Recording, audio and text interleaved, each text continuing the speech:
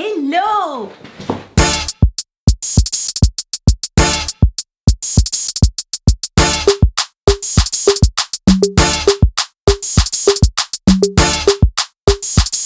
Hello tout le monde, contente de vous retrouver aujourd'hui dans une nouvelle revue, dans une nouvelle vidéo. Aujourd'hui, on va parler de la nouvelle collection de Fenty Beauty pour l'automne. Fenty Beauty nous sort pour cet automne quelques nouveautés. Évidemment, lorsque j'ai vu sortir ces nouveautés, ma curiosité était piquée. Et quelques jours plus tard, je recevais la collection. Je me suis dit non, il faut qu'on teste ça immédiatement. Il faut qu'on fasse une revue. J'ai donc testé l'ensemble de la collection et je vous présente ça immédiatement tout de suite. Bien évidemment, si vous aimez ce type de vidéo, bien évidemment, si vous aimez 5 jours de nouveautés, n'oubliez pas de m'encourager en me laissant un petit pouce bleu. Venez me rejoindre sur Instagram et sur Facebook si ça n'est pas encore fait. Et puis vous pouvez vous abonner à la chaîne en cliquant sur le bouton rouge juste en dessous. Je sors 2 vidéos beauté chaque semaine, le mercredi et le vendredi, sauf cette semaine où je vous ai sorti 5 vidéos consécutives du lundi au vendredi avec 5 nouveautés testées, une nouvelle nouveauté chaque jour. Pour cet automne, Fenty nous sort un produit à sourcils, il y a aussi des baumes à lèvres teintés et enfin il y a 2 nouvelles palettes qui sont sorties dans sa collection des Snap Shadows, donc la palette numéro 9 et la palette numéro 10. Où est la numéro 9? Je l'ai perdue. Voici la numéro 9. Donc la palette numéro 9 et la palette numéro 10. Je vais vous parler un petit peu d'abord du produit à sourcils, on parlera ensuite des produits lèvres et on va finir avec les palettes et évidemment les tutos que j'ai réalisés avec ces 2 palettes. Je vous ai fait un tuto pour la palette numéro 9 et un tuto pour la palette numéro 10. Donc le premier produit qui est sorti était un des produits qui a le plus piqué mon attention parce qu'en fait c'est un produit qui est inspiré clairement de la technique du soap bra. Le soap bra, qu'est-ce que c'est? C'est la technique qui vise en fait à utiliser un savon à la glycérine, l'humidifier et venir brosser ses sourcils avec le goupillon après avoir utilisé la petite pâte qui a été créée pour venir fixer en fait les sourcils. C'est une technique que j'utilise tout le temps et ça depuis 2 ou 3 ans. C'est une technique facile à utiliser, très rapide et vraiment parfaite si vous avez le sourcil assez fourni. Évidemment, lorsque j'ai vu qu'elle nous proposait ce fameux soap bra mais en version cette fois-ci dans un tube, j'étais assez intéressée, surtout que là on est sur une cire qu'on n'a pas besoin de mouiller. Donc je me suis dit est-ce que ça fonctionne ou pas? Pendant que je vous parle, je vous montre en même temps les images de l'application du nouveau bra MVP. Alors, le bra MVP vaut 26 $ et 21 €, donc 26 $ canadiens et 21 €. Le produit est disponible chez Sephora Canada et chez Sephora France et bien évidemment sur le site de Fenty Beauty. À l'intérieur de ce produit-là, on retrouve 2 embouts, donc d'un côté il y a la cire et de l'autre côté il y a une petite brosse en forme de brosse à dents en fait, qui reprend un peu la même forme en fait que sa fameuse petite brosse qu'elle avait dans son produit à sourcils. Là, les poils de la brosse sont rigides, ce qui fait qu'ils viennent bien agripper en fait chacun des sourcils et viennent bien dispenser entre guillemets la cire sur l'ensemble du sourcil. Le produit est ultra rapide à utiliser. Ça a été vraiment une énorme surprise pour moi. Je m'attendais pas à ce que ce soit aussi facile. Alors déjà, la technique du soap bra, c'est vraiment pas quelque chose qui vous demande d'être un magicien du maquillage pour la réaliser. C'est très facile. Mais alors là, ça va encore plus vite, c'est encore plus facile. Je suis assez surprise de la facilité avec laquelle on passe le produit tout simplement dans les sourcils et on brosse. Et les sourcils tiennent comme par magie. Deuxième produit qu'elle a sorti donc dans sa collection, c'est des baumes à lèvres. Donc elle avait déjà un baume à lèvres qui existait auparavant. Donc le baume à lèvres qu'elle avait, c'est le Luscious Lip Balm ou le baume à lèvres irrésistible, mais il était transparent. Et là pour l'automne, elle sort une collection de baumes, mais baumes colorés. Alors il y a 3 couleurs qui sont proposées, le Pinch Me qui est un rose nude, le Latte Lips qui est un nude pêche et enfin le Cocoa Drizzle qui est un nude marron mais un marron chocolaté assez froid, très joli. Sur mes lèvres aujourd'hui je porte le Pinch Me, donc c'est le petit rose nude, le petit rose nude idéal. C'est hyper hydratant. Aujourd'hui j'ai les lèvres mais abîmées, vous n'imaginez même pas. J'ai la peau des lèvres qui s'en va par petits morceaux. J'avais la lèvre qui saignait, qui s'était fendue ce matin et vraiment quand je l'ai appliqué ça a un petit peu masqué tout ça. Ça s'est fondu, ça n'accroche pas du tout les défauts de la peau et surtout de la lèvre, pardon. Et surtout c'est ultra hydratant, très riche mais absolument pas lourd à porter sur la lèvre et on peut en remettre sans avoir besoin d'avoir un miroir. Et c'est hyper glissant, ça glisse, c'est-à-dire que vos lèvres ne colleront absolument pas entre elles. Le produit glisse sur la lèvre, se répartit bien et comme je vous ai dit, ne marque pas les défauts de la lèvre. Je vous laisse maintenant aller voir les swatchs et on revient pour parler des palettes. On va commencer par l'application de la couleur Pinch Me qui est le rose. I gotta tell you something I could do. could be running around chasing you. Latte Lips. Cause I got better things to do. Rather spend my precious time chasing somebody who loves me too. If I got $1 for every time you slam the door, I would Cocoa Drizzle. girl alive, live. If you hadn't run away, every time I asked you stay, you would sleep right next to me tonight. Fenty nous sort donc deux palettes, la numéro 9 et la numéro 10. La numéro 9, c'est la Wine, qui est sur des tons évidemment vin. Wine veut dire vin en anglais. Donc on est sur des couleurs lit de vin. À l'intérieur on retrouve un très joli violet absolument sublime. Il y a aussi ce vieux rose un petit peu plus... qui est assez surprenant hein, d'ailleurs. Cette couleur-ci est un petit peu surprenante parce qu'en fait c'est un vieux rose, mais un vieux rose avec un sous-ton pêche à l'intérieur. Très joli. Les deux marrons qui sont ici se marient parfaitement avec ce type de couleur très automnale. Et franchement... cette couleur-ci, j'en suis amoureuse. C'est une couleur de transition absolument sublime pour l'automne. Donc cette jolie palette, elle est facile à porter. C'est certainement la palette entre les deux qui va susciter le plus d'intérêt puisque la deuxième a des couleurs plus vives, un peu plus punchées et donc va peut-être moins plaire à la majorité des gens. La deuxième palette est la numéro 10 et elle est sur les tons vert et kaki. Elle s'appelle Money et en fait elle reprend tout simplement les couleurs du dollar américain, d'où la déclinaison de vert et de kaki à l'intérieur.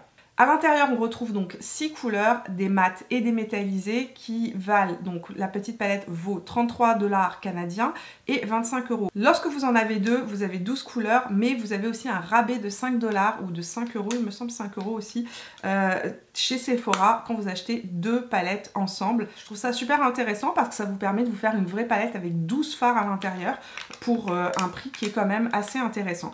Donc voilà pour le principe des Snap Shadows qui sont ces petites palettes qu'elle a créées donc il y a un an et qui se snap entre elles. Donc vous pouvez prendre deux palettes entre elles avec des harmonies qui vous plaisent et les coller ensemble et ça vous fait une palette donc de 12 fards et vous pouvez l'emmener à peu près partout avec vous. C'est compact et c'est facile à utiliser. Maintenant quand je les ai reçues, j'avais quelques doutes.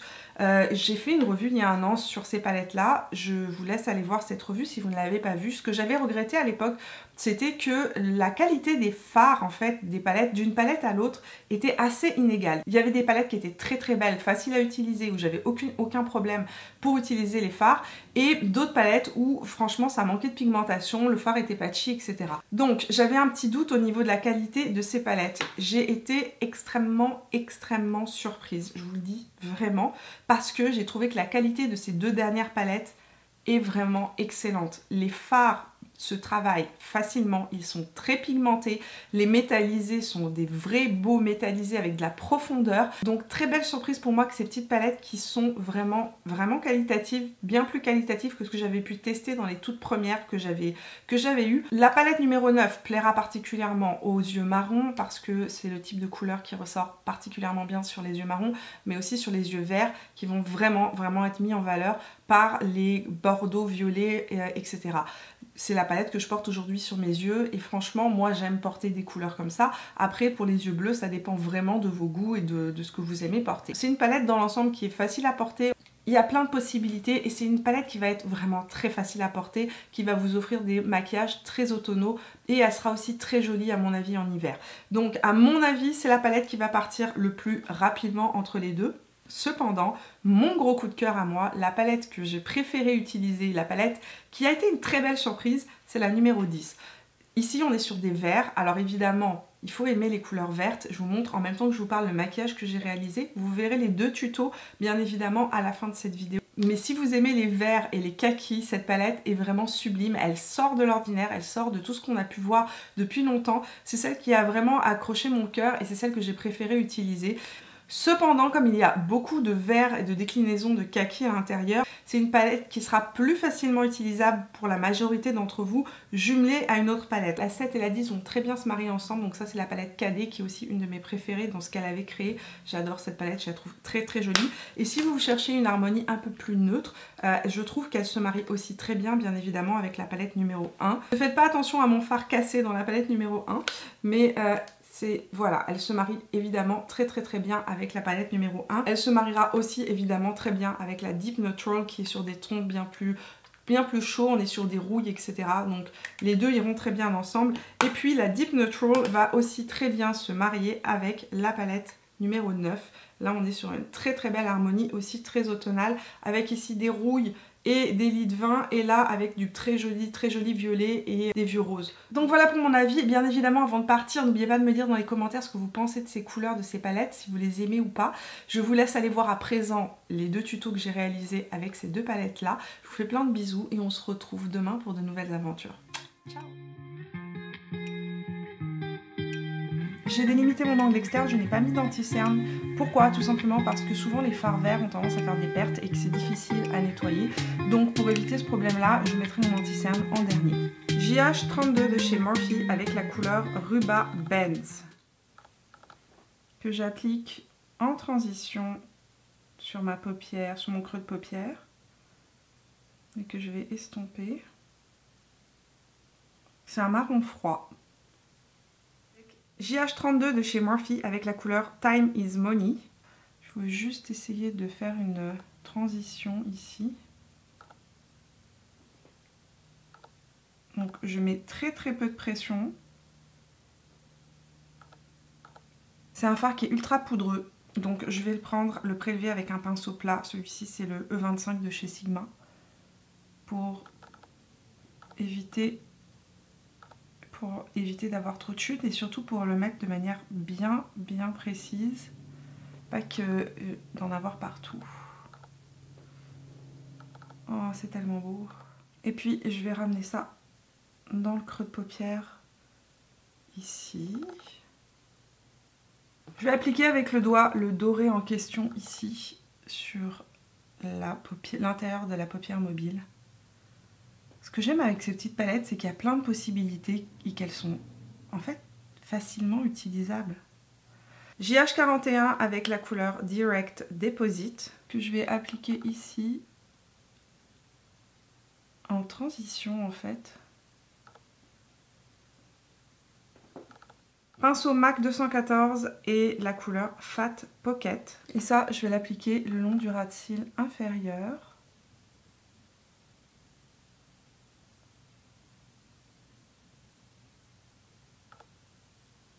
Et à l'angle externe pour faire comme un trait d'eyeliner en fait.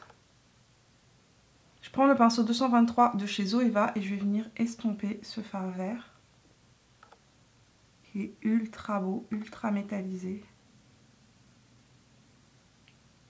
Je reprends la couleur Flash Money, donc le doré, avec le pinceau JH42 de chez Morphe et je vais l'appliquer en angle interne et le remonter .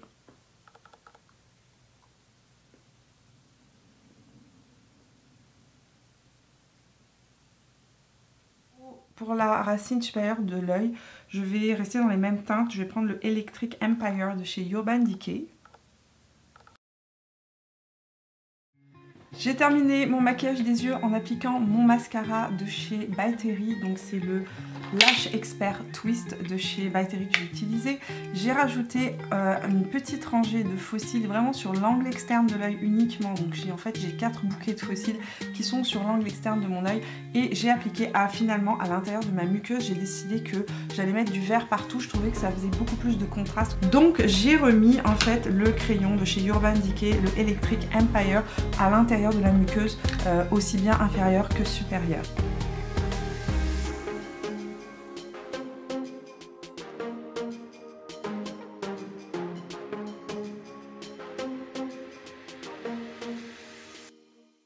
Smith 232 avec la couleur Cherry Fairy que j'applique en transition, donc sur le creux de paupière.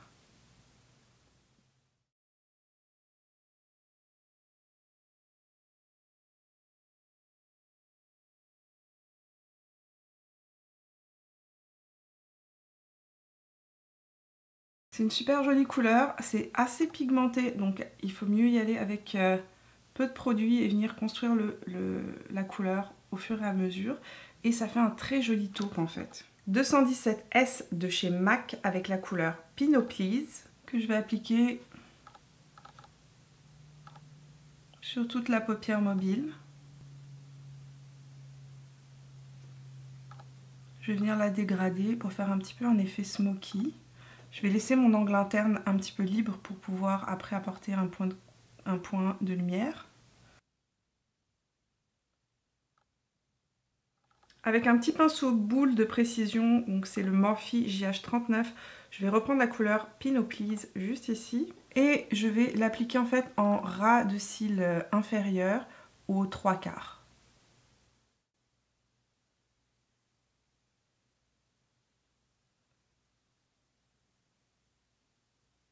Je reprends ma couleur de transition avec le GH40 de chez Morphe. Et à nouveau, ce que je vais faire, c'est que je vais venir estomper ça.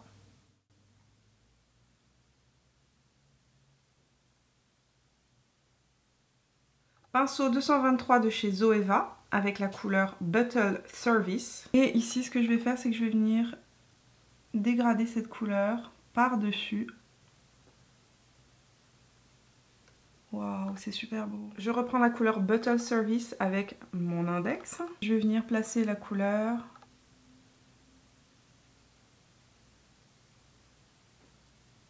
au centre en fait de ma paupière mobile. Avec le même pinceau que j'ai utilisé tout à l'heure, c'est le JH40 de chez Morphe. Je vais juste venir estomper légèrement.